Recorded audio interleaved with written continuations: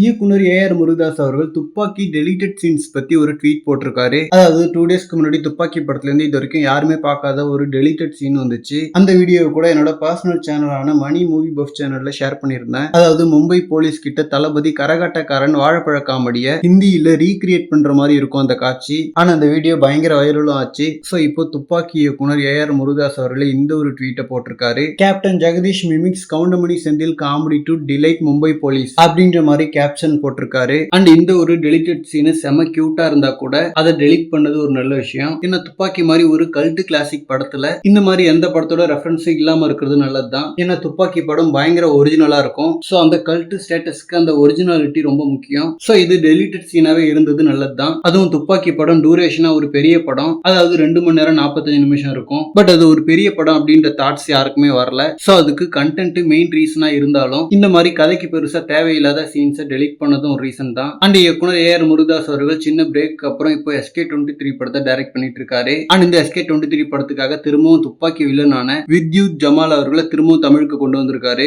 So துப்பாக்கி மாதிரி திரும்பவும் ஒரு படத்தை கொடுக்கணும்னு முயற்சி பண்றாரு போல. அவரோட நம்பிக்கைப்படி நடந்தா நல்லா தான் இருக்கும். ஏன்னா தமிழ் சினிமாவுக்கு நிறைய வெறித்தனமான பிளாக் பஸ்டர்ஸ் கொடுத்தவரு. 90ஸ்ல கலக்குன மோஸ்ட் ஆஃப் த இயக்குனர்கள் இப்போ form out. So AR Murugadoss, Shankar, Mani Ratnam இந்த மாதிரி ரொம்ப சில இயக்குனர்கள் தான் இப்போதைக்கு இருக்காங்க. சோ இவங்க எல்லாமே திரும்பவும் பழைய மாதிரி வந்தா நல்லா இருக்கும். ஓகே ஃப்ரெண்ட்ஸ், துப்பாக்கி டெலிட்டட் சீன் பார்க்காதவங்க மணி மூவி பஃப் சேனல்ல பாத்துக்கோங்க. ஆனா இந்த சீனை படத்துல வச்சிருக்கலாமா வேணாமான்னு சொல்லிட்டு உங்களோட கருத்துக்களை கமெண்ட்ல சொல்லுங்க. இந்த மாதிரி தளபதி பத்தின ஹாட் அண்ட் அப்டேட்ஸ்க்கு நம்ம விஜய் ஃபோர்ட் சேனலை சப்ஸ்கிரைப் பண்ணுங்க. தேங்க்யூ.